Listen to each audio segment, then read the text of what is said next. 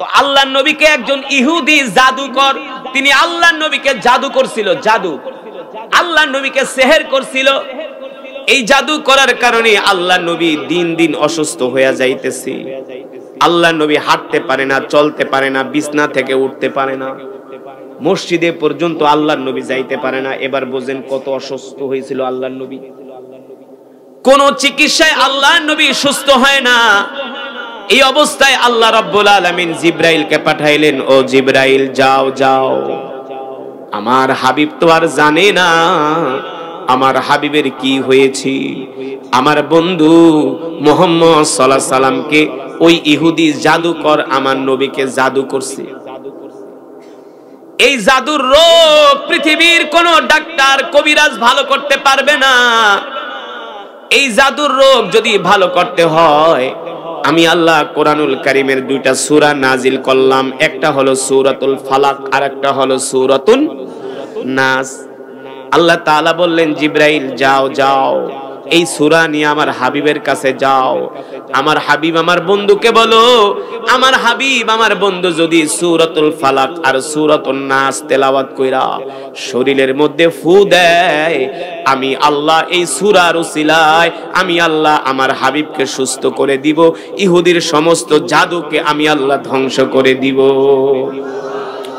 এবার জিবরাইল আয়েশা বলে, গো আল্লাহর নবী, ওই ইহুদি জাদুকর আপনারে জাদু করছে। আপনার উপরে যেই দুইটা সূরা নাজিল হয়েছে, সূরাতুল ফালাক, সূরাতুন নাস, এই দুইটা সূরা পড়ে আপনি ফু দেন আপনার শরীরের মধ্যে, দেখবেন সাথে সাথে আপনি সুস্থ হয়ে যাবেন। আল্লাহর পয়গম্বর মুহাম্মদ সাল্লাল্লাহু আলাইহি সাল্লাম সূরাতুল ফালাক আর সূরাতুন নাস পড়ে আল্লাহ নবী নিজের শরীরে ফু দিলেন, সাথে সাথে আল্লাহ তাআলা সূরাতুল ফালাক আর সূরাতুন নাসের উসিলায় আল্লাহ তাআলা আমার নবীকে সুস্থ কইরা দিয়েছে। এই হলো সূরাতুন নাস আর ফালাক নাজিল হওয়ার প্রেক্ষাপট। এই কারণে আল্লাহ এই সূরা নাজিল করছে।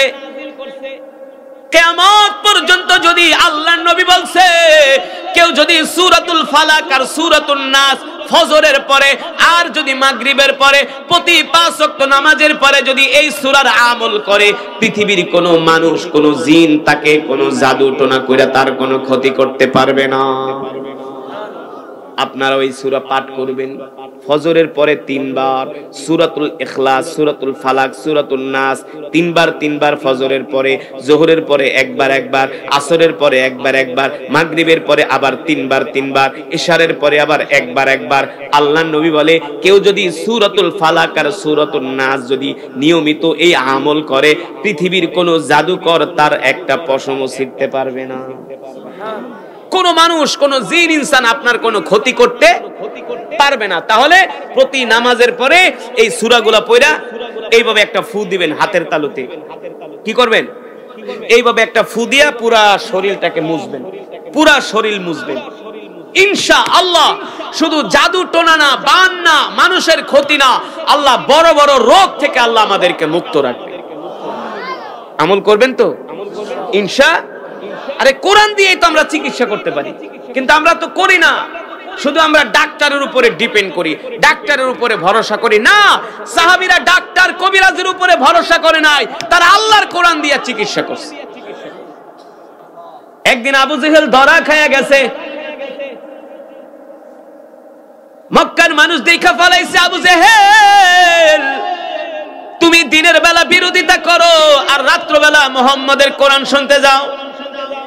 তুমি রাত্রবেলা বিরোধিতা করো, দিনের বেলা বিরোধিতা করো, আয়েশা বক্তৃতা দাও, এ মুহাম্মাদের কোরআন শুনতে কেউ যাবা না। কিন্তু তুমি আবু জেহেল আবার রাত 3টা বাজে আয়েশা মুহাম্মাদের কোরআন তেলাওয়াত শোনো বাইতুল্লাহর পাশে বসা। আবু জেহেল ধরা খেয়ে গেছে। ধরা খাওয়ার পরে আবু লাহাব, উতবা, সাইবা, আবু সুফিয়ান, ওলীদ ইবনে মুগিরারা বসা মিটিং এ বসছে। আজকে থেকে মিটিং হলো, কেউ যদি মুহাম্মাদের কোরআন তেলাওয়াত শুনতে যায় তাহলে তার 10 বছরের জেল। কয় বছরে? এ মক্কার গলিতে গলিতে মাইকিং কইরা দাও, অ্যানাউন্স কইরা দাও, কেউ মুহাম্মাদের কোরআন শুনতে যাতে না যায়। মক্কার বড় বড় লিডাররা কাবার চত্বরে বৈশা মিটিং করছে, কেউ যাতে মুহাম্মাদের কোরআন শুনতে না যায়। এই মিটিং করার পরে সিদ্ধান্ত হলো কেউ আজকের পর থেকে আর মুহাম্মদের কোরআন শুনতে যাবে না। সবাই মিটিং কইরা যার যার বাড়িতে চলে গেছে। আবু জেহেল বাড়িতে যে মনে মনে চিন্তা করে, আজকে তো মিটিং করলাম, আইন করলাম, তার মানে এখন আর কেউ মুহাম্মদের কোরআন শোনার জন্য আসবে না। যেহেতু কেউ আসবে না, আমি হলাম মক্কার বড় নেতা, কিন্তু আমার তো অভ্যাস হয়ে গেছে, আমার তো নেশা হয়ে গেছে, মুহাম্মদের কোরআন তেলাওয়াত না শুনলে আমার ঘুম আসে না। আর আস্তে কোন সুবহানাল্লাহ। আপনি তো গান শুনলে ঘুম আসে, আপনাদের তো গান শুনলে ঘুম আসে, আপনার কথা কই নাই আছে আশেপাশে রাত্রবেলা মোবাইলে গান বাজায় বাজায় ঘুমায়, আছে না? সিনেমা দেখতে দেখতে ঘুমায়, নাটক দেখতে দেখতে ঘুমায়, বাদাইম্মার কমেডি, বাদাইম্মা আছে না কতটি, এই বাদাইম্মার কমেডি দেখতে দেখতে ঘুমায়, হিন্দি গান হিন্দি নাচ দেখতে দেখতে ঘুমায়। এ মুসলমান, তুমি যে গান শুনতে শুনতে ঘুমাইলা, এই রাত্রবেলা যদি তুমি মারা যাও, জাহান্নাম ছাড়া তোমার কোনো উপায় নাই, কারণ তুমি তো হারাম কাজ করতে করতে ঘুমাইছো, ঠিক কিনা বলেন? মুসলমান আল্লাহর বান্দারা, আবু জেহেল চিন্তা করে, আজকে তো মিটিং করলাম, কেউ আর মুহাম্মদের কোরআন শুনতে যাবে না, তাইলে এই সুযোগটা আমি কাজে লাগাই। সিরাতের কিতাবের মধ্যে আসছে, কেউ তো আর মুহাম্মদের কোরআন শুনতে, কারণ আজকেই আইন করছি, আইন করলে তো নতুন নতুন একটু গরম থাকে, গরম থাকে না, কেউ যাবে না মুহাম্মদের কোরআন শুনতে। আবু জেহেল বলে, আবু লাহাবও যাইব না, আবু সুফিয়ানও যাইব না, উতবা যাবে না, সাইবা যাবে না, কেউ যাবে না। তাহলে আজকে রাত্রে আমি একা একা যায়া মুহাম্মদের কোরআন তেলাওয়াত মন দিয়া শুনবো। সুবহানাল্লাহ বলেন। বানায় বলতেছি, বিশ্বাস হয় না? বিশ্বাস না হইলে তো ঈমানই থাকবে না। আল্লাহ রাসূলের জীবনী, এই কোরআন তো এমন কিতাব, যে কোরআনের তেলাওয়াত শুনলে পাথরের মতো হৃদয়টা মোমের মতো গলে যায়। এই যে আমি কোরআন পড়ছি, অনেকের চোখের দিকে তাকাইছি, অনেকেই আল্লাহর কোরআন শুনা তাদের মন নরম হয়ে গেছে। কেন হবে না, কেন হবে না? এ তো আল্লাহর কালাম, এ তো আল্লাহর কালাম।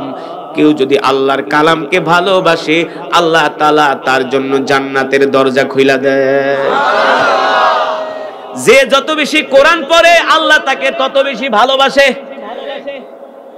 যে যত কোরআনকে মহব্বত করে, আল্লাহ তাআলা আসমান থেকে ঘোষণা করে দেয়, ফেরেশতারা আমার এই বান্দা আমার কোরআনকে মহব্বত করে, তোরাও তাকে ভালোবাসবি। সাবধান, আমার এই বান্দা যাতে কোনো বিপদ আপদে না পড়ে, আমার বান্দা রাস্তা দিয়া যাবে যাতে গাড়ির নিচে না পড়ে, গাড়ি আয়া চাপা দিলেও টান দিয়া বাঁচায় দিবি। আমার বান্দা যাতে উষ্টা খায়া না পড়ে, আমার বান্দার যাতে হার্ট অ্যাটাক না হয়, আমার বান্দা যাতে কোনো বিপদে না পড়ে, কারণ আমার বান্দা আমার কোরআনকে ভালোবাসে, এই কারণে আমিও আমার বান্দাকে ভালোবাসি। যে যত বেশি কোরআন পড়বে, তার হায়াত তত বাড়বে। বিশ্বাস করেন না? যে যত বেশি কোরআন পড়বে, তার হায়াত তত বাড়বে। আল্লাহু আকবার। যে যত কোরআন পড়বে, তার রিজিক তত বাড়বে। যে যত কোরআন পড়বে, তার দাঁত পড়বে না। কি পড়বে না? দাঁত পড়বে না। আল্লামা শাহ আহমদ শফি রহমাতুল্লাহি আলাইহি বয়স হয়েছিল 103 বছর। শেখুল হাদিস আল্লামা আজিজুল হক রহমাতুল্লাহি আলাইহি, নাম শুনছেন নি? বয়স হয়েছিল 100 বছরের কাছাকাছি। আল্লাহু আকবার। কেন তারা এত দীর্ঘজীবী হয়েছিল? এর একটি মাত্র কারণ হলো তারা আল্লাহর কোরআন পড়তেন। আপনারাও যদি কোরআন পড়েন, দেখবেন ঘরের ভিতরে বরকত আসবে, বড় বড় রোগ বিপদ আল্লাহ আপনাদেরকে দিবে না, এই কোরআনের কারণে। কোরআন এমন এক কিতাব, কোরআন এমন এক কিতাব, যারা আল্লাহর কোরআনের সাথে সম্পর্ক করছে, আল্লাহ তাদের দুনিয়া আখিরাতে কামিয়াব কইরা দিছে। এই যে দেখেন, একজন ছেলে আছে সালে আহমদ তাকরিম, নাম শুনছেন? হ্যাঁ, এই সালে আহমদ তাকরিম হলো একটা গরিবের ছেলে, বাড়ি হলো টাঙ্গাইল চরের ভিতরে বাড়ি। কিন্তু সালে আহমদ তাকরিমের মতো এমন বহু শিশু বাংলাদেশে আছে কি আছে না? তাদেরকে কেউ চিনে না, কিন্তু আল্লাহর কোরআন পড়ার কারণে সারা পৃথিবী তাকে চিনে। ঠিক কিনা বলেন? মুজাহিদে আজম আল্লামা শামসুল হক ফরিদপুরি সদর সাহেব হুজুর রাহমাতুল্লাহি আলাইহি সারা বাংলাদেশের আলেমদের যিনি ওস্তাদ ছিলেন। বাংলাদেশে শামসুল হকের অভাব নাই, কিন্তু সদর সাহেব একজনই। কারণ কি আল্লাহর কোরআনের সাথে সম্পর্ক রাখার কারণে, ঠিক কিনা বলেন? আল্লাহর কোরআনকে ভালোবাসার কারণে। আরে আমার মতো কারি আসাদ দেখতে কালো, দেখতে আমি কালো, শুকনা, চেহারা অত সুন্দর না, বডি ফিগারও নাই, কিছুই নাই, জীর্ণ শীর্ণ শরীর, কিন্তু সারা পৃথিবীর মানুষ আমারে চিনে। কিভাবে চিনে? শুধু কোরআনের কারণে, আর কোনো সালাম পাতি নাই। আমি যে কার্ডের উপর বসে আছি, এটা তো একটা কার্ডের সোফা। আমার সামনে যেই টেবিল, এটাও কিন্তু একটা কার্ডের টেবিল, ঠিক কিনা বলে? এই কার্ডের সোফার ভিতরে বসে আছি, বারবার আমার পা লাগে, আমার কষ্ট লাগে না। এই কার্ডের টেবিলের উপরে কিন্তু আমি আবার মাঝে মাঝে পাও দিই, আমার কষ্ট লাগে না। কিন্তু এখানে যদি একটা আল্লাহর কোরআনের কিতাব থাকতো, তাহলে আমার পা সামনে আর 1 ইঞ্চিও আগাইতো না, আগাইতো। কারণ কি? কারণ এই কার্ডের উপরে কোরআন আছে, আর এই কোরআন থাকার কারণে এই কার্ড দামি হয়ে গেছে। আমরা ছোটবেলা রেহাল দিয়া কোরআন পড়তাম না? ছোটবেলা মক্তবে যাইতাম রেহাল নিয়ে, এখনো পড়ি। ওই রেহাল যদি একবার পায়ে লাগতো, মনে হয় কলিজাটা ছিঁড়া যেত। রেহাল পায়ে লাগলে কলিজা ছিঁড়া যেত। রেহাল পায়ে লাগছে, কারণ কি রে ভাই? রেহাল তো আর কোরআন না, রেহাল একটা কার্ডের রেহাল। রেহালের এত সম্মান হলো কিভাবে? আল্লাহর কোরআন তার সাথে লাগার কারণে, ঠিক কিনা বলে? ঠিক ও যুবক, ও মুসলমান, আল্লাহর কসম কইরা বলি, বাংলাদেশের প্রত্যেকটা মুসলমানের ঘর থেকে যদি ফজরের পরে কোরআনের তেলাওয়াত হতো, সূরা ইয়াসিনের আমল হতো, মাগরিবের পরে যদি সূরা ওয়াকিয়ার আমল হতো, তাহলে বাংলাদেশের কোনো মানুষ না খায়া মরতো না। বাংলাদেশে ভূমিকম্প আসতো না, আসতো? বাংলাদেশে ভূমিকম্প আসতো না। এখন তো কোরআন পর্ব তো দূরের কথা, বর্তমানে তো মুসলমানের বাচ্চারা কোরআন নিয়ে ঠাট্টা করে। করে কি করে না? করে না? ওই যে আবু জেহেল 3টা কম্বল পেছায়া রাত 3টা বাজে, লাঠি একটা হাতে নিয়া, কুপি একটা হাতে নিয়া আল্লাহ নবীর কোরআন শুনতে যাবে। আবু জেহেল কয়, আজকে তো আর মুহাম্মদের কোরআন শুনতে কেউ যাবে না, তাহলে এই সুযোগটা আমি হাত ছাড়া করব না। আর মুহাম্মদের কোরআন না শুনলে আমার রাত্রে ঘুমও আসে না। জোরে বলেন আল্লাহু আকবার।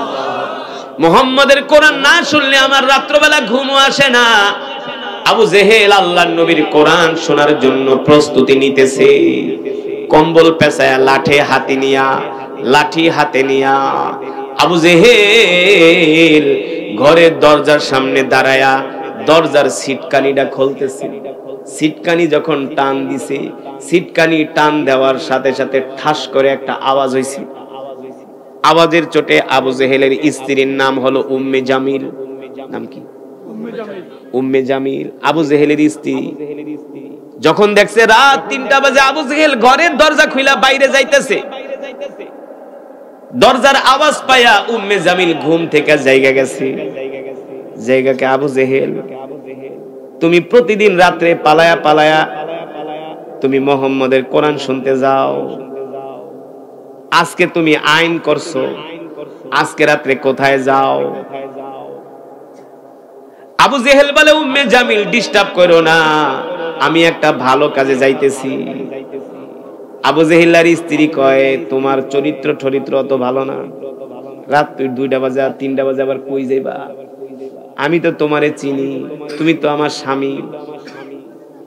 মক্কার ভিতরে যত 2 নম্বরি চুরি, বাটপারি, ছেঁচড়ামি সব তুমি করো, তুমি আবার রাত 2টা বাজে কোন ভালো কামে যাও? আবু জেহেল তো কইতে পারে না, রে স্ত্রী জ্বালাইস না, মুহাম্মদের কোরআন শুনতে যাইতেছি, এটা তো আসলেই ভালো কাজ।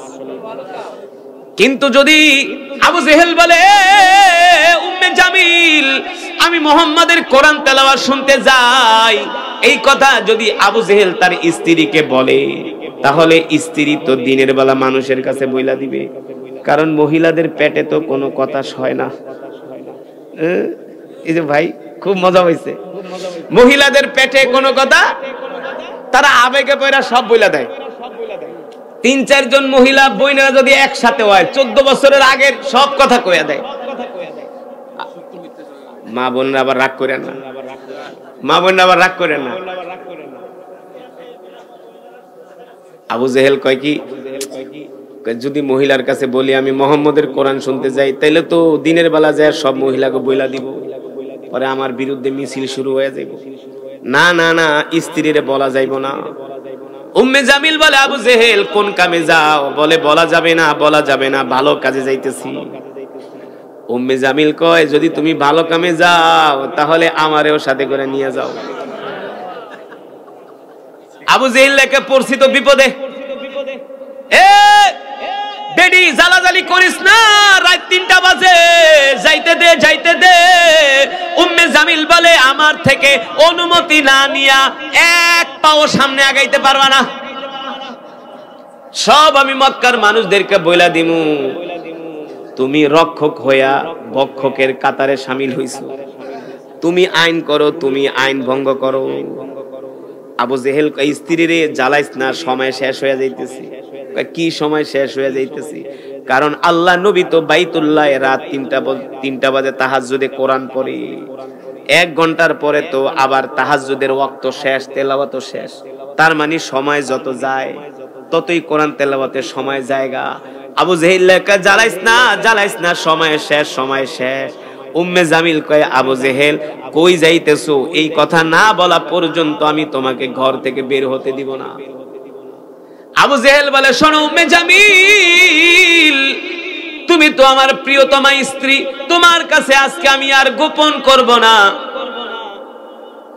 আমি যতই যাই করি মুহাম্মদের বিরুদ্ধে, আল্লাহি রাব্বাল কাবা, ওই কাবার কসম খায়া বলি, কারণ কাবা শরীফ মুসলমানের কাছেও যেমন সম্মানের, কাফেরদের কাছেও কিন্তু তেমন সম্মানের। জানতেননি? এই কাবাকে আমরা যেমন ভালোবাসতাম, আবু জেহিল্লারও ভালোবাসতো, কারণ তারা জানে এই কাবা হলো আল্লাহর ঘর, এই বাইতুল্লাহ আল্লাহর ঘর। মুসলমানরাও কাবা তোয়াফ করতো, কাফেররাও কিন্তু বাইতুল্লাহর ভিতরে যায় উলঙ্গ হয়ে তোয়াফ করে গেত, আল্লাহ যা করছি না করছি মাফ করে দিই। আল্লাহকে মাফ চাওয়ার কারণে তোদেরকে ধ্বংস করি নাই, নাইলে জায়গার ভিতরে ধ্বংস করে দিতাম। কাবা ছিল কাফেরদের কাছে সম্মানের কারণ। এই যে আমরা যে হাজরে আসওয়াদ পাথর চুমা দেই না, আপনারা গেছেন না উমরায়? উমরায় গেছেন? কয়জন হজ উমরায় গেছেন? হাত উঠান তো দেখি। কয়জন? বুঝি বুঝি, সম্পদ জমায় রেখা যাবেন। হজ দরকার নাই, উমরার দরকার নাই, জায়গা আরো কিনেন, কিনা টাকা একেবারে সিন্ধুকের ভিতরে ঢুকায় রাখবেন। সম্পদ বেচেন, জায়গা বেচেন, ঘর বেচেন, আগে আল্লাহর ঘর দেখেন। আল্লাহর ঘর দেখলে যে শান্তি, এটা পৃথিবীর কোন ধন সম্পদের ভিতরে শান্তি পাইবেন না। আপনার উপরে যদি হজ ফরজ হয়, আপনি যদি হজ না করে মারা যান, আল্লাহ নবী বলে এটা মুসলমান হইয়া মরল নাকি খ্রিস্টান ইহুদি হইয়া মরল আমার নবী দেখার বিষয় না। নাউজুবিল্লাহ। সম্পদ থাকে কিন্তু হজ করে না, বলে জায়গা বেচে হজ করুন।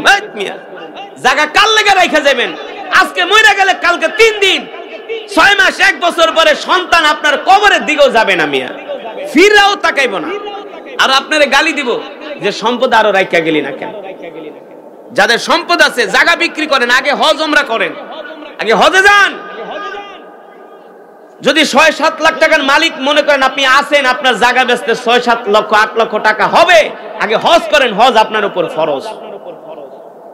আপনাদেরকে বোঝানোর জন্য বলছি, ওই যে হাজরে আসওয়াদ একটা পাথর আছে, আল্লাহ নবী বলছেন এই পাথর যদি কেউ চুমা দেয় তার গুনাহগুলো মাফ হয়ে যায়। সুবহানাল্লাহ। এই হাজরে আসওয়াদ পাথর মুসলমানের কাছেও যেমন মর্যাদার, কাফেরদের কাছেও কিন্তু মর্যাদার ছিল। সুবহানাল্লাহ বলেন। মুসলমানরাও যেমন কাবা শরীফ তোয়াফ করত, কাফেররাও কাবা শরীফ তোয়াফ করত, তাদের কাছেও কাবা শরীফ ছিল সম্মানের, মর্যাদার। এবার আবু জেহেল বলতেছে, উম্মে জামিল আমারে যাইতে দে, ডিস্টার্ব করিস না, বাধা দিস না। উম্মে জামিল বলে, আবু জেহেল আমাকে না নিয়ে তুমি যাইতে পারবা না। এবার আবু জেহেল বলে, উম্মে জামিল রে শোনো শোনো, আমি আজকে দিনের বেলা আইন করছি কেউ যাতে মুহাম্মদের কোরআন শুনতে না যায়। আজকে কেউ মুহাম্মদের কোরআন শুনতে যাবে না। আমি চাইতেছি এই ফাঁকে একটু মুহাম্মদের কোরআন শুনে আসবো। আল্লাহু আকবার। উম্মে জামিল বলে, আবু জেহেল তুমি আমার মনের একটা ইচ্ছা পূরণ করো, আমারও অনেক দিনের শখ, আমি সরাসরি মুহাম্মদের কোরআন তেলাওয়াত শুনবো। আমি শুধু মুহাম্মদের কোরআন তেলাওয়াতের ভক্ত না, মুহাম্মদের চেহারা দেখলেই আমার কাছে ভালো লাগে। আল্লাহু আকবার। কারণ আমার নবীর মতো এত সুন্দর করে আল্লাহ পৃথিবীতে কোনো মানুষকে সৃষ্টি করে নাই। এত সুন্দর ছিলেন আমার নবী রহমাতুল লিল আলামিন। এত সুন্দর চেহারার অধিকারী ছিলেন আমার নবী রহমাতুল লিল আলামিন। মক্কার কাফেররা আল্লাহর নবীর বিরোধিতা করত, কিন্তু নবীজির সামনে গেলে আর কোনো কথা বলার সাহস পাইতো না, যে এত সুন্দর চেহারার মানুষটার সাথে কিভাবে বেয়াদবি করি। সুবহানাল্লাহ। উম্মে জামিল বলে, আবু জেহেল আমি শুধু মুহাম্মদের কোরআন তেলাওয়াতের ভক্ত না, আমি মুহাম্মদের চেহারার দিকে তাকাইলে সব ভুলে যাই। আল্লাহু আকবার। আমাকে একটু মুহাম্মদের কোরআন তেলাওয়াত শুনতে নিয়ে যাও। আবু জেহেল বলে, মহিলারা হইল অলস টাইপের, এগুলা শুধু ভুল করে, তোমারে নিয়ে যায় আর কোন বিপদে পড়ো। উম্মে জামিল কে কোনো সমস্যা নাই, আমারে নিয়ে চলো। আবু জেহেল বলে, নিতারি শর্ত আছে, বোরকা পর। কি পর?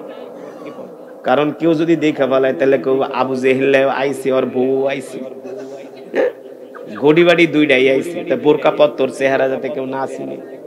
বোরকা পর মানে কি? কম্বল দিয়া চেহারা পেঁচা। এক কম্বল দিয়া উম্মে জামিল চেহারা পেঁচাইছে, আর এক কম্বল দিয়া শরীর ডাকছে। আল্লাহকে বোরকা পরবি না, তোরে দেখ কেমনে বোরকা পরাই। ঠিক কিনা বলেন? এবার আবু জেহেল তার স্ত্রী উম্মে জামিলকে বলে, উম্মে জামিল কম্বল দিয়া চেহারা পেঁচাও, শরীর পেঁচাও, যাতে মক্কার কোনো মানুষ তোমাকে না দেখে, না চিনতে পারে। এবার উম্মে জামিল আর আবু জেহেল দুইজনে মিলা রাত ৩টা বাজে রওনা দিছে আল্লাহর নবীর জবানে কোরআন শোনার জন্য। আবু জেহেল আর উম্মে জামিল দুইজনে যে কাবার দেওয়ালের সাথে ট্যাগ লাগায়া মন দিয়া কান দিয়া আল্লাহর নবীর কোরআন শুনতেছে। কোরআনুল কারীমের তেলাওয়াত শুনতে শুনতে এক পর্যায়ে আবু জেহেল উম্মে জামিল দুইজনেই ঘুমায় গেছে। কোরআন তেলাওয়াত হলো ঘুম আসার সবচেয়ে বড় ঔষধ। দেখবেন যদি ঘুম না আহে, একটু কোরআন নিয়ে বয়া যাবেন, দেখবেন অটোমেটিক ঘুমায়া পড়বে। আবার যদি ঘুম না আসে, মসজিদে গেলে ঘুমাইসা পড়ে। মসজিদে গেলে কি আহে? দেখবেন সারাদিন ঘুমায় না, জুমার নামাজে যায় শুধু জিমে। কথা কন, জিমে কি জিমে না? কারণ আল্লাহর ঘর হলো রহমতের ঘর। ঠিক কিনা বলেন? আর কোরআন আল্লাহর কিতাব, এই কোরআন তেলাওয়াত শুনলে মুসলমানের কাছেও ভালো লাগে, অমুসলিমের কাছেও ভালো লাগে। ঠিক কিনা বলেন? কোরআন তেলাওয়াত শুনতে শুনতে আবু জেহেল আর উম্মে জামিল দুইজনে ঘুমায় গেছে। ফজরের নামাজ শেষ, আস্তে আস্তে করে সূর্য উদিত হয়েছে। দেখবেন সকাল বেলার সূর্যটা যখন ওঠে, চেহারার উপরে শরীরের উপরে লাগলে আস্তে আস্তে গরমের তাপ বের হয় না? উম্মে জামিলও ভেটকায় ঘুমায় রয়েছে, আবু জেহেলও ঘুমায় রয়েছে। হঠাৎ করে সূর্যের আলো আইসা আবু জেহেলের কপালের উপরে পড়ছে। ঘুম ভাঙা দেখে কিরে, মনে করছে বাড়িতে ঘুমাইতেছে, দেখে কি না কাবার দেওয়ালের পাশে দুইজনে হেলান দিয়া ঘুমায় রয়েছে। আবু জেহেল উম্মে জামিলে ডাক দিয়া কয়, বেডি তাড়াতাড়ি উঠ। কই ঘুমাইছ উম্মে জামিল? আমরা তো বাড়িতে না, দেখ কই ঘুমাইছস। দেখে কাবার দেয়ালের সাথে ট্যাগ লাগায়া দুইজনে ঘুমাইতেছে। আবু জেহেল কয়, মান সম্মান খাইছস, তাড়াতাড়ি বাড়ির দিকে দৌড় মার। মক্কার কোন মানুষ যদি দেখা ফালায় রে, আবু জেহেলের গলার ভিতরে জুতার মালা দিয়া পুরা মক্কা শহর ঘুরাইব। কারণ মক্কার মানুষগুলো বলবে আবু জেহেল নিজে আইন করে, আর সেই আইন আবু জেহেল মানে না। সে আইন আবু জেহেল। তাড়াতাড়ি করে দৌড় মার। ওইদিকে আবার উতবা সাইবা ছোট ছোট নেতারা বলে, আজকে যেহেতু আইন করছে, নিশ্চিত আবু জেহেল আজকে আর কোরআন শুনতে আসবে না, তাইলে এই সুযোগটা আমরা কাজে লাগাই। আবু লাহাব কয় মনে হয় উতবাও আইব না, তাহলে এই সুযোগটা আমরা কাজে লাগাই। এই কথা বলে উতবা, সাইবা, আবু লাহাব তিনজনে কাবার দেওয়ালের তিন পাশে টেক লাগায়া লাগায়া কোরআন শুনতেছে। তারাও ঘুমায় গেছে। তারাও কি? এবার আবু জেহেল ঘুম থেকে উঠা তার স্ত্রী নিয়ে যখন দৌড় শুরু করছে, উতবা এক রাস্তা দিয়া দৌড়, সাইবা আর এক রাস্তা দিয়া দৌড়, আবু লাহাব আর এক রাস্তা দিয়া দৌড়। দৌড় দিতে দিতে চারজনে যায়া এক রাস্তার মুখোমুখি সরাসরি সংঘর্ষ হয়ে গেছে। আল্লাহু আকবার। দেখেন আল্লাহ তাআলার পরিকল্পনা। আল্লাহ তাআলা বলে তোরা আমার কোরআনের বিরুদ্ধে ষড়যন্ত্র করস, আমার নবীর বিরুদ্ধে চক্রান্ত করস, আমি আল্লাহ তোদেরকে কেমন কইরা লজ্জা দেই, কেমন করে অপমান করি, পৃথিবীর কোন মানুষ তোদেরকে এই অপমান থেকে বাঁচাতে পারবে না। এবার আবু জেহেল আর আবু লাহাব, উতবা, সাইবা যখন তিন রাস্তার মুখে সংঘর্ষ হয়ে গেছে, তিনজন তিন রাস্তা দিয়া আইসা এক রাস্তায় মিলিত হয়ে গেছে। এক একজন শাখা রোড দইরা হাঁটতেছে। মনে করেন ঢাকা গোপালগঞ্জের মেইন রাস্তায় যাওয়ার কিন্তু অনেকগুলা রাস্তা আছে, কিন্তু আসল রাস্তা তো একটা না। আসল রাস্তা তো একটা। অমন আসল রাস্তায় যায় তিন চারজন সংঘর্ষ সরাসরি দেখা হয়ে গেছে। যখন আবু জেহেল দৌড় দেয়, উম্মে জামিল দৌড় দেয়, তখন পিছন থেকে উতবা দেখে উম্মে জামিল দুইটা কম্বল নিয়ে আসছে। একটা কম্বল ভুলে রাইখা দৌড় মারছে। কারণ চোরে যদি চুরি করে প্রমাণ কিন্তু একটা রাইখা যায়, চোর যত বড় চোর হোক না কেন। উতবা চিন্তা করে আজকে যে আবু জেহেল কোরআন শুনতে আসছে, জিজ্ঞেস করলে নিশ্চিত অস্বীকার করবে। সাইবাকে একটা কাজ কর, উম্মে জামিলের কম্বলটা লয়ে আলো দলিল হিসাবে, প্রমাণ হিসাবে। যদি অস্বীকার করে তাইলে আমরা প্রমাণ হাজির করব। এই আবু জেহেল দেখো, তোমার স্ত্রী উম্মে জামিলের কম্বল কিন্তু আমাদের কাছে আছে। এবার আবু জেহেল উম্মে জামিল দৌড় দিছে, পিছনে পিছনে উতবা সাইবা আবু জেহেলকে ডাকতেছে, আবু জেহেল দাঁড়াও দাঁড়াও, কই গেছিলা, কোথায় গেছিলা? বলে বেটা কই গেছি মানি তোর কাছে বলতে হইব নাকি, তুই কই গেছিলি? উতবা কয় আবু জেহেল তুমি যেই কাজে গেছো আমরা একই কাজে গেছি। একটু পরে দেখে আবু লাহাব বাইরেছে। আবু লাহাব বাইরে বলে আবু জেহেল তোমার কি লজ্জা হইল না? উতবা সাইবা কয় আবু লাহাব আবু জেহেল রে অপমান করো না, অপদস্থ করো না। ঠিক আছে আবু জেহেলের লজ্জা হয় নাই, তাই তুমি কেন আসছো মুহাম্মদের কোরআন শুনতে? এই কথা শোনার পরে আবু লাহাব বলে উতবা রে, সাইবা রে, তোদের সাথে আমি কোনো তর্কে যাইতে রাজি না। এই কথা বইলা আবু লাহাব বাড়িতে চলে গেছে। আর আবু জেহেল বলতেছে উতবা আমি কিন্তু একাই কোরআন শুনতে আসছি, আমার স্ত্রী কিন্তু আমার সাথে আসে নাই। উতবা বলে তোমার স্ত্রী যদি না আসতো তাহলে তোমার স্ত্রীর কম্বল কেন কাবার পাশে পইরা রইছে? আল্লাহু আকবার। এবার তো উতবা সাইবার কাছে ধরা খেয়ে গেছে আবু জেহেল। এবার আবু জেহেল দৌড়ায়া বাড়িতে যায় স্ত্রীরে গালাগালি করতেছে। বিটি বলছিলাম না তুই আমার লাগে যাইস না, আমি জানি তোরে নিলে একটা ভেজাল হইব, আমি জানি তোরে নিলে একটা বিপদ হইব। উম্মে জামিল লজ্জায় আর কোনো কথা বলে না। বলে আবু জেহেল শোনো, তুমি যেমন মুহাম্মদের কোরআন শুনতে ভালোবাসো, আমিও তো মুহাম্মদের কোরআন শুনতে ভালোবাসি। মুহাম্মদের কোরআন না শুনলে তোমার যেমন ঘুম আসে না, আমারও তো ঘুম আসে না। আবু জেহেল কয় বেডি বুঝলাম তো, কিন্তু ঘটনা তো আর এক জায়গায়। উতবা সাইবা যদি মক্কার মানুষদের কাছে বইলা দেয় তাইলে তো মক্কার মানুষ আমাকে আর নেতা হিসাবে মানবে না। যে কোনো মূল্যে আগে উতবা আর সাইবার মুখ বন্ধ করতে হবে। এই কথা চিন্তা করে আবু জেহেল দৌড় দিয়া গেছে উতবার বাড়িতে। যায়া ঘরের দরজাটা লাগাই দিয়া উতবার দুই হাতে ধইরা বলে উতবা আমি যে মুহাম্মদের কোরআন শুনতে গেছি এই কথা আমি কারো কাছে বলবো না, তুইও যে গেছস এই কথাও তুই কারো কাছে বলিস না, আমার কথা তুই বলবি না, তোর কথা আমিও বলবো না, এই কথা যাতে মক্কার কোনো মানুষ জানতে না পারি। উদ্বা বলে ঠিক আছে নেতা, এই কথা আমি কারো কাছে বলবো না। এবার আবু জেহেল বলে উদ্বা শোন, আর কত পালায়া পালায়া মুহাম্মদের কোরআন শুনবো, একটু সত্যি কইরা বল, মুহাম্মদের আমরা এত বিরোধিতা করি, এত শত্রুতা করি মুহাম্মদের সাথে, কিন্তু মুহাম্মদের কোরআন তেলাওয়াত না শুনলে আমার ঘুম আসে না। উদ্বা বল বল, এইভাবে কতদিন আর বাঁচা যায়, এর থেকে কি আমাদের বাঁচার কোনো উপায় আছে কিনা? উদ্বা বলে আবু জেহেল রে, এ আবু জেহেল, আমি তোমাকে কি বলবো, আমার তো একই অবস্থা, আমিও তো মুহাম্মদের কোরআন না শুনলে ঘুমাইতে পারি না। এবার সাইবা ডাক দিয়া বলে আবু জেহেল শোনো, আমরা যতই মুহাম্মদের বিরোধিতা করি না কেন, আমরা যতই মুহাম্মদকে দমায়া রাখার চেষ্টা করি না কেন, আমি যতটুকুন ধর্মীয় কিতাবের মধ্যে পড়ছি, আর কিছুদিন পরে মক্কার জমিনে আবু জেহেলের নেতাগিরি থাকবে না, এই মক্কার ক্ষমতা মুহাম্মদ দখল করে নিবে।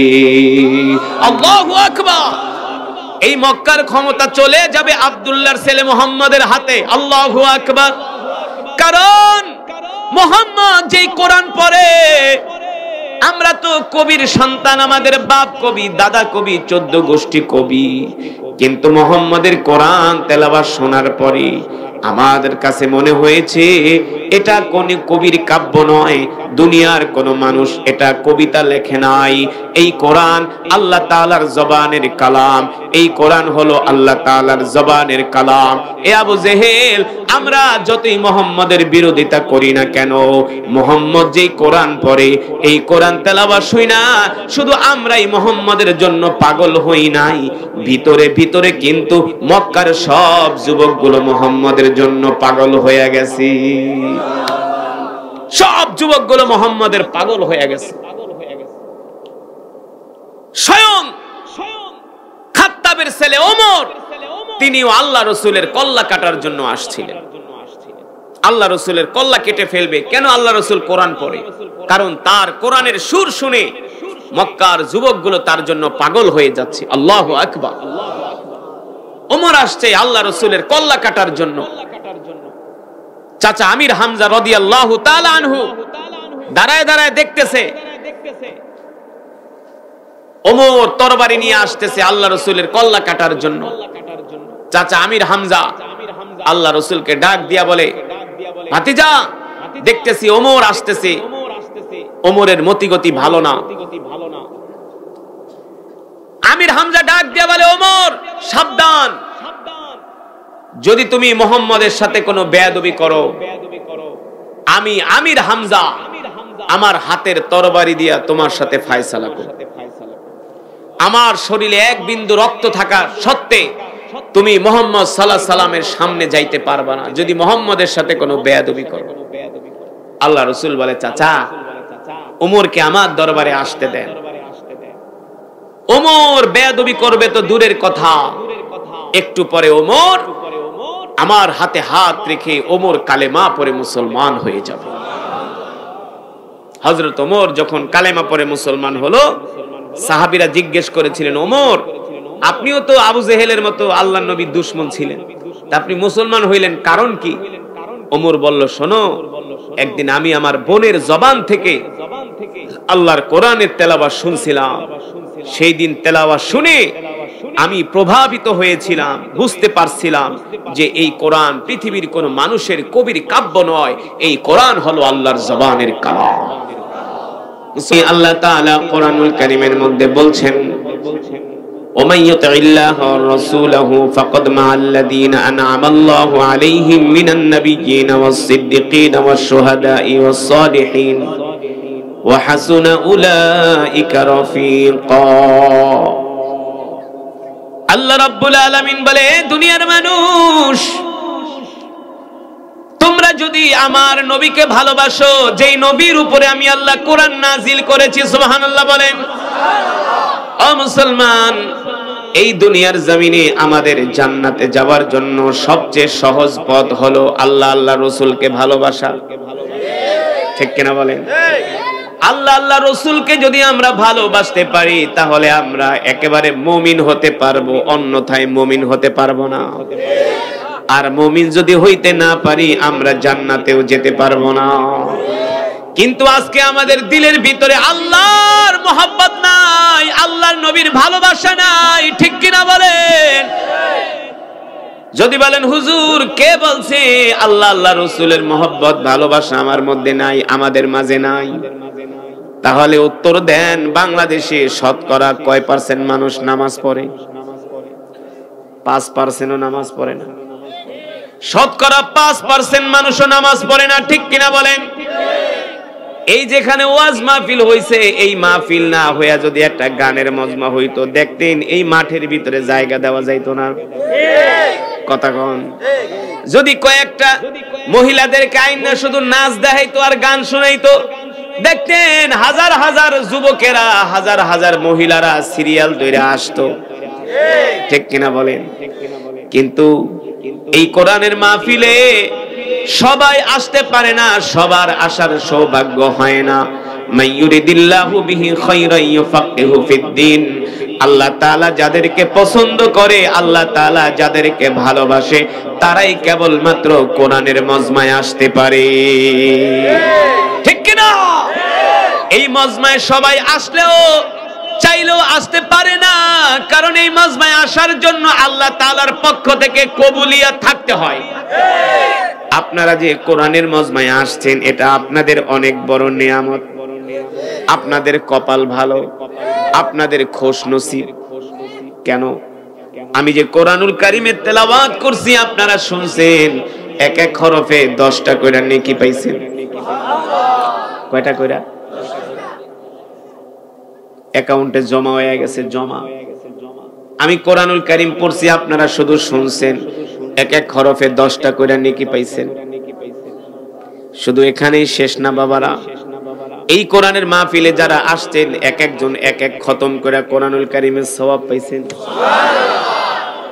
এবার বলেন, এই মজমা ছাইরা কি কোনো মুসলমান যাইতে পারে যার ঈমানের পাওয়ার আছে? আর আমি যে কোরআনুল কারীমের তেলাওয়াত করছি, এই কোরআন তেলাওয়াত শোনার পরে কোনো মুসলমান ঘরে থাকতে পারে না যদি ওটা গরু খাওয়া মুসলমান না হয়। 6 নাম্বার মুসলমান না হইলে ঘরে থাকতে পারতো না, আর 1 নাম্বার মুসলমান হলে এই কোরআনুল কারীমের তেলাওয়াত শোনার পরে তার ঈমান তাকে কোরআনের মজমায় নিয়ে আসতো। কারণ এই কোরআনুল কারীম তেলাওয়াত শোনার জন্য স্বয়ং আবু জেহেল রাত 3টা বাজে ঘুম থেকে উঠে আল্লাহর নবীর জবানে কোরআন শুনতে চলে যেত। কয়টায়? আপনারা আইছেন কয়টায়? কাকুরা কয়টায়? সন্ধ্যায় 10টায়, 8টায়, 9টায় আয় একেবারে হোতায় গেছেন, মোতায় ধরে কোমর ব্যথা, হাঁটু ব্যথা। আর যদি কইতে এই মাঠের নাম কি? খাগাইল। খাগাইল মাঠে কারিয়া সাদাই বরাই 3টা বাজে কেরাত পড়বো, তোরা সবাই যাবি? কইব হুজুর আপনার মাথা খারাপ। হ্যাঁ হুজুর আপনার মাথা খারাপ, রাত 3টা বাজে যাবো আপনার কেরাত হতে। যদি জারি গান বাউল গান ঠান হইতো তাইলেও যাইতাম। রাগ করতেছেন? কোন রাত 3টা বাজে আইতেন আপনারা? 3টা বাজে আইব, রাত 3টা বাজে আসতেন না। আরে 3টা তো দূরের কথা, রাত 12টার পরে তো আইতেন না। যে শীত, কম্বল গরম করতেন। কিন্তু আবু জেহেল আল্লাহ রসুলের সবচেয়ে বড় দুশমন ছিল, ইসলামের মুসলমানের সবচেয়ে বড় দুশমন ছিল কে? কে? কিন্তু আবু জেহেল রাত 3টা বাজে উঠা, একটা না, 2টা না, 3টা কম্বল পেঁচায়া, হাতে একটা কুপি নিয়া, লাঠি একটা হাতে নিয়া, কাবার দেয়ালের পাশে আইসা চোরের মতো বয়া বয়া আল্লাহর নবীর জবানে কোরআন শুনতো। একদিন না, 2 দিন না, 3 দিন না, এমন বছরের পর বছর, মাসের পর মাস আবু জেহেল আল্লাহর নবীর কোরআন শোনে। অথচ আল্লাহর কোরআন কি বলছে? ওয়াকাদ নাযালা আলাইকুম ফিল কিতাবি আন ইযা সামিআতুম আয়াতিল্লাহি ইউকফারু বিহা ওয়া ইউস্তাহজাউ বিহা ফালা তাকউদু মাআহুম হাত্তা ইয়াখুদু ফি হাদিসিন গায়রি। আল্লাহ রাব্বুল আলামিন বলেন, নবী দুনিয়ার মানুষদেরকে বলে দেন, এ দুনিয়ার মানুষ, আমি আল্লাহ তোমাদেরকে যেই কোরআন দিয়েছি, কেউ যদি এই কোরআন নিয়ে হাসি ঠাট্টা করে, বিদ্রূপ করে, তাহলে তোমরা তাদের সাথে বসবা না। আল্লাহ বলছে, কেউ যদি কোরআন নিয়ে হাসি ঠাট্টা করে, বিদ্রূপ করে, তাহলে তার সাথে তোমরা বসবা না, ওদের সাথে কোনো সম্পর্ক রাখবা না। আর ওই আবুল্লাহ বাউল বলতেছে, কুল আউযু বিরাব্বিন নাস, আল্লাহ নাকি বলছে নাচতে, মালিকিন নাস, আল্লাহ নাকি বলছে নাচতে, ইলাহিন নাস, আল্লাহ নাকি বলছে নাচতে। বলেন নাউযুবিল্লাহ। অথচ এই সূরাটা কোন প্রেক্ষাপটে নাজিল হইল এটা তো জানে না। জানবো কইতে? সে তো আর কোরআন পড়ে নাই, তরজমা বোঝে না, কিন্তু জানার দরকার আছে কি আছে না? এই সূরায় নাস কেন নাজিল হইল? প্রত্যেকটা সূরা নাজিল হওয়ার পিছনে একটা ঘটনা আছে, জানেন আপনারা? শানে নুজুল আছে। আল্লাহ কোরআনের মধ্যে যে 114টা সূরা নাজিল করছে, কোনো না কোনো একটা প্রেক্ষাপট, একটা ঘটনায় নাজিল করছে। যেমন আল্লাহ নবী যুদ্ধে যাইতেছে, আল্লাহ তাআলা শিখাই দিতেছে, নবী আপনি এইভাবে এইভাবে যুদ্ধ করবেন। আল্লাহ নবী গনিমতের মাল বন্টন করতেছে, আল্লাহ তাআলা সূরা নাজিল করে বলছে, নবী আপনি এইভাবে এইভাবে গনিমতের মাল বন্টন করবেন। আল্লাহ নবী রাষ্ট্র চালাইতেছে, আল্লাহ তাআলা কোরআন নাজিল করে বলছে, নবী আপনি এইভাবে এইভাবে রাষ্ট্র চালাইবেন। আল্লাহ রাসূল সাহাবীদেরকে কোরআনের বয়ান করতেছে। মাঝে মাঝে মানুষ প্রশ্ন করলে বিরক্ত হয় কি হয় না? এই যে আমরা ওয়াজ মাহফিলে আসার পরে কিন্তু অনেকে মুসাফা করতে আসে, দৌড়ায় আসে কি আসে না? আসে না? অনেকে দৌড়ায় আসে, কিন্তু পরিস্থিতিটা কি জানেন? আমরা 200-300 কিলোমিটার জার্নি করে আসি, ঠিক মতো কিন্তু খাওয়ানোর সময়ও পাই না, প্রস্রাব করার সময়টাও পাই না। কারণ অনেক সময় রাস্তায় জ্যামে পড়া যাই, জ্যামে পড়া ওইখানে তো 1 ঘন্টা জ্যামে পড়ে গেছি, সময় ওইখানে 1 ঘন্টা লস। এখন যদি আমি তাড়াতাড়ি না আসি তাহলে কিন্তু প্রোগ্রাম ধরতে পারবো না। আমার জন্য হাজার হাজার মানুষ বসে আছে, আইসা কিন্তু খাবার খাওয়ারও সময় পাই না, এমন পরিস্থিতি হয়। প্রস্রাবটা করারও সময় পাই না, ওযু করে স্টেজে উঠতে হয়। ওই সময় আয়া যদি আমারে মুসাফা করে, আমারে চতুর্দিকটা ঘিরা ধরে, রাগ ওড়ে কি ওঠে না? রাগ ওঠে কি ওঠে না? কিন্তু ওই সময় যদি আমি রাগ করি তাহলে মানুষ কষ্ট পাইব না? যুবকরা হুজুরের লেগে এতদিন অপেক্ষা করলাম, একটু হুজুরের সাথে মুসাফা করুম, হুজুর একটু ধর্ম, একটু আদর করুম, একটু কথা কমু, হুজুরের মুড দেখায় চলে গেছে। কষ্ট পাবে কি পাবে না? কত যে কষ্ট পাবো এটা ভাষায় প্রকাশ করা সম্ভব? কিন্তু আল্লাহ রাসূল তো, তিনিও তো মানুষ, তিনিও তো রক্তে মাংসে গড়া মানুষ, কিন্তু আমাদের মতো তো আর মানুষ না। তিনি তো পৃথিবীর শ্রেষ্ঠ মানুষ, তিনি তো রহমাতুল লিল আলামিন, ঠিক কিনা বলেন? আল্লাহর নবীকেও মাঝে মাঝে কাফেররা বিরক্ত করত। কি করত? আল্লাহর নবী মাঝে মাঝে রাগ করত। আল্লাহ তাআলা কোরআনের আয়াত নাজিল করে বলছে, নবী আপনি কিন্তু রাগ করবেন না। যদি আপনি রাগ করেন তাহলে কিন্তু আপনার আশেপাশে মানুষ আসবে, কারণ রাগী মানুষের কাছে কেউ আসতে চায় না। আসতে চায়? দেখবেন এক বাবার 5 জন সন্তান, মেজোটা একটু রাগী, ওর কাছে কেউ যায় না। আর যে একটু নরম তরম ধৈর্যশীল, তার কাছে সবাই যায়, ঠিক কিনা বলেন? আল্লাহ তাআলা এক একটা প্রেক্ষাপটে এক একটা সূরা নাজিল করছে, অথচ এই সূরাটা আল্লাহ কেন নাজিল করছে জানার দরকার আছে কি আছে না? অনুনাজ্জিলু মিনাল কুরআনি মা হুয়া শিফাউ ওয়া রাহমাতুল লিল মুমিনিন। কোরআন হলো সর্বরোগের মহা ঔষধ। আপনার যত বড় রোগ হোক না কেন, কোরআনুল কারীমের মধ্যে এমন কিছু সূরা আছে যেগুলা তেলাওয়াত কইরা ফু দিলে, পানি খাইলে আল্লাহ রোগ ভালো কইরা দেয়।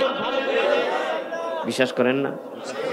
সূরাতুল ফাতিহা, এটাকে বলা হয় উম্মুল কোরআন, কোরআনের মা। আপনার যত বড় রোগ থাকুক না কেন, আপনি যদি ঈমানের সাথে, বিশ্বাসের সাথে, ইয়াকিনের সাথে, আল্লাহর উপর ভরসা কইরা, আপনি যদি 5 ওয়াক্ত নামাজ পড়া, হালাল রিজিক খায়া, হারাম না হালাল রিজিক খায়া, যদি সূরাতুল ফাতিহা পড়া 40 দিন পানি খাইতে পারেন সকাল আর বিকাল, আপনার যত বড় রোগ আছে আল্লাহ তাআলা সেই রোগ ভালো করে দিবে। কিন্তু শর্ত হইল, আল্লাহর নবী বলছে তাকে মুমিন হতে হবে। কিন্তু আমরা কয়জনে মুমিন? শতকরা 5 জন বাংলাদেশে মুমিন আছে কিনা সন্দেহ, কারণ নামাজই তো ঠিকমতো আমরা পড়ি না, ঠিক কিনা বলেন? আল্লাহর নবী বলছেন সূরাতুল ফাতিহা এমন একটা সূরা, এই সূরা পড়া যদি কোনো মুমিনকে ফু দেয়, আল্লাহ তাআলা সাথে তাকে সুস্থ করে দেয়। সুবহানাল্লাহ। তারপরেও আমাদের যতটুকু টুটাফাটা আমল আছে না কেন, যদি কোনো অসুস্থতায় পড়েন, আগে ডাক্তারের কাছে না যায় সূরা ফাতিহা পড়া পানি খাবেন, ফু দিয়া পানি খাবেন। আগে রোগ হলে আমরা শুধু ডাক্তারের কাছে দৌড় মারি, আমাদের ভরসা হলো ডাক্তারের উপরে। কিন্তু না, আগে আমাদের ভরসা হতে হবে আল্লাহর উপরে, আমাদের শেফা রাখতে হবে আল্লাহর কোরআনের মধ্যে, ঠিক কিনা বলেন? তাইলে দেখবেন আল্লাহ সুস্থ করে দিবে। তো যেটা বলছিলাম, সূরাতুন নাস কেন নাজিল হলো? এই সূরাতুন নাস নাজিল হওয়ার কারণ কি? কোন পরিস্থিতিতে, কোন প্রেক্ষাপটে, কোন সময় আল্লাহ এই সূরা নাজিল করলেন? আপনার আমার নবী, বিশ্ব নবী রাহমাতুল লিল আলামিনকে ইহুদিরা জাদু করেছিল। কি করছে? জাদু টোনা করে কি করে না? গ্রামে জাদু করে না? বান মারে, বান কত বড় শয়তান, বান মাইরা মানুষ মাইরা ফেলায়। একটা তরতাজা মানুষে বান মাইরা কি করে? মাইরা ফেলায়। কোন মানুষকে যদি কোন মানুষ বান মারে, পৃথিবীর কোন ডাক্তার তাকে সুস্থ করতে পারবে না। সারা শরীর চেক আপ করবো, কোন রোগ ধরা, কিন্তু সে দিন দিন অসুস্থ হইতে আছে। এগুলো হলো জাদু টোনা, বান মারার লক্ষণ। এত সুন্দর কোরআন আল্লাহ আমাদেরকে দিয়েছে, এত সুন্দর কোরআন আমরা পেয়েছি। আফসোস, দুঃখ, পরিতাপের বিষয়, সেই কোরআনের তেলাওয়াত আমরা করি না, সেই কোরআন আমরা পড়ি না, কোরআন পড়তে জানি না। এটা অনেক বড় আফসোসের বিষয়। তলাবুল ইলমি ফরিদাতুন আলা কুল্লি মুসলিম, প্রত্যেকটা মুসলমানের জন্য কোরআন শিক্ষা করা ফরজ। কোরআন শিক্ষা করা কি ফরজ? এই কারণে আপনাদের হাতে ধরি, পায়ে পড়ি, বাবারা 5টা ওয়াক্ত নামাজ জামাতের সাথে আদায় করবেন। সকাল সন্ধ্যা আল্লাহর কোরআন তেলাওয়াত করবেন। যদি কোরআন পড়েন ফায়দা কি? ইদা উদি আল মাইয়িতু ফি কবরিহি জাআল কুরআনু ইনদা রাসি। আল্লাহ রাসূল বলেন, কেউ যদি আল্লাহর কোরআনকে ভালোবাসে, কোরআনের তেলাওয়াত করে, তার ইন্তেকালের সাথে সাথে যখন তাকে কবরে শোয়ানো হবে, আল্লাহর কোরআন তার কবরে যায়া পাহারা দিবে। আল্লাহ আরসালাহু বিল হক বাশীরান ওয়া নাযীরা وداعيا إلى الله بإذنه وسراجا منيرا أما بعد فأعوذ بالله من الشيطان الرجيم بسم الله الرحمن الرحيم ومن يطع الله ورسوله فقد مع الذين أنعم الله عليهم من النبيين والصديقين والشهداء والصالحين وحسن أولئك رفيقا وقال رسول الله صلى الله عليه وسلم من أحب سنتي فقد أحبني ومن أحبني كان معي في الجنة أو كما قال النبي عليه الصلاة والسلام فقد قال الله تبارك وتعالى إن الله وملائكته يصلون على النبي يا أيها الذين آمنوا صلوا عليه وسلموا تسليما محبت प्यारा नबी जी शान दुरूद पढ़ी दुरूद इब्राहिम आवाज करे अल्लाहुम्मा सल्लि अला मुहम्मद व अला आलि मुहम्मद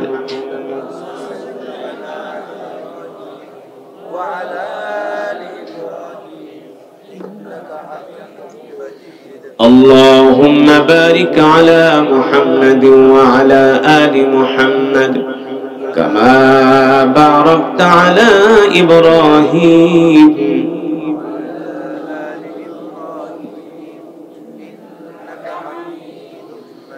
بلغ العلا بكماله كشف الدجى بجماله حسنت جميع خصاله صلوا عليه وآله أشهر মৃত্যুর কথা স্মরণ করি, আল্লাহ তাআলার প্রেমে পাগল হয়ে আমরা কিছুক্ষণ সময় জিকির করি।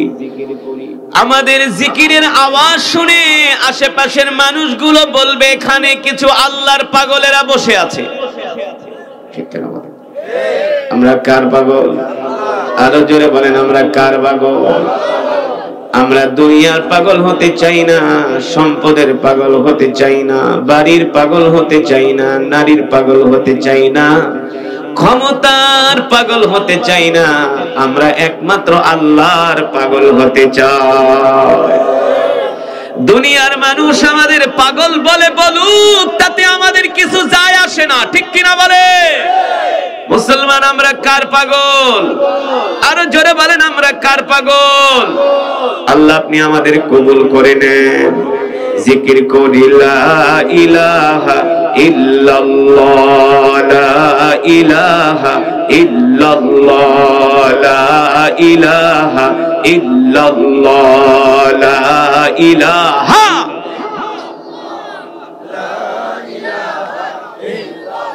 আওয়াজ হয় না, আরো জোরে। লা ইলাহা ইল্লাল্লাহ, লা ইলাহা ইল্লাল্লাহ, লা ইলাহা ইল্লাল্লাহ, লা ইলাহা।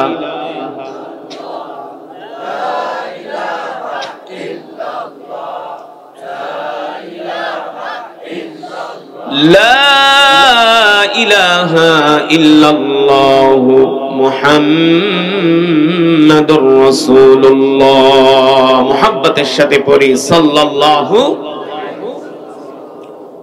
আল্লাহ তাআলার প্রিয় বান্দারা, আল্লাহ তাআলার শুকর যে রব আমাদেরকে এত সুন্দর কোরআন ও হাদিসের মাজমা, জান্নাতের বাগান। এটা কিসের বাগান বাবারা? এই বাগানে আল্লাহ তাআলা আপনাকে আমাকে আসার বসার তৌফিক দিয়েছেন, সুযোগ করে দিয়েছেন। এই জন্য আমরা শুকরিয়া তান আদায় করি, পড়ি আলহামদুলিল্লাহ। শোনেন, ওয়াজ মাহফিল থেকে উঠে যাওয়া, মসজিদ থেকে উঠে যাওয়া, এটা আল্লাহর কোরআনের সাথে চরম বেয়াদবি, চরম বেয়াদবি। ওয়াজ মাহফিল বয়ান হচ্ছে, জিকির হচ্ছে, এই মজমা সাইরা আবার উঠা যায় কিভাবে? কিভাবে উঠা যায়? সারা জীবন তুমি পেশাবে ধরে, ঠিক আছে, কি বলছো? পেশাবে ধরে ধরে, হ্যাঁ ঠিক আছে, কিন্তু বৃদ্ধ মানুষদেরকে ধরতে পারে, ইয়াং মানুষদের তো এত তাড়াতাড়ি ধরার কথা না। হ্যাঁ, তারপরেও ওই 1-2 ঘন্টা পেশাব, এগুলা মানে কি বলবার, গানের মজমায় গেলে তো 3 ঘন্টায় ওঠে না। কথা বললেই তো রাগ করবা। ওই চার দোকানে বৈশা একটা বিড়ি টানে আর 3 ঘন্টা বাংলা সিনেমা দেখে। ওই সময় মোতায় দললে খিস ধরে বয়া থাকে। কথা কন, যাওয়া যাইব না, সামনে চেয়ার সারা যাইব না, একেবারে টিভি সামনে যে হা করে তাকায় থাকে। ওই সময় আর পোষাবে ধরে না, ওই সময় আর মোতায় ধরে না। খালি মসজিদে আইলেই মোতায় ধরে, আর ওয়াজ মাহফিলে আইলে মোতায় ধরে। আসলে মোতায়ও ধরে না, এলো শয়তানে বিড়ি টাননের লেগা ডাকে। ঠিক কিনা বলেন? আমি কিন্তু আগেই বলছি, কোরআনের জন্য কিছু সময় আমরা দিতে পারবো না ইনশাআল্লাহ। অল্প কিছু সময় বয়ান হবে, 30 থেকে 40 মিনিট, কিন্তু একজন ওঠাউঠি করবেন না। রাজি আছেন? রাজি আছেন? ইনশাআল্লাহ আল্লাহ তাআলা আমাদের কবুল করুন। আল্লাহ তাআলার প্রিয় বান্দারা, আমি দীর্ঘক্ষণ সময় কোরআনুল কারীম থেকে তেলাওয়াত করেছি, আপনারা শুনেছেন। এই তোর কি মোতা ধরছেনি? আল্লাহ তাআলার প্রিয় বান্দারা, দীর্ঘক্ষণ সময় কোরআনুল কারীম থেকে তেলাওয়াত করেছি।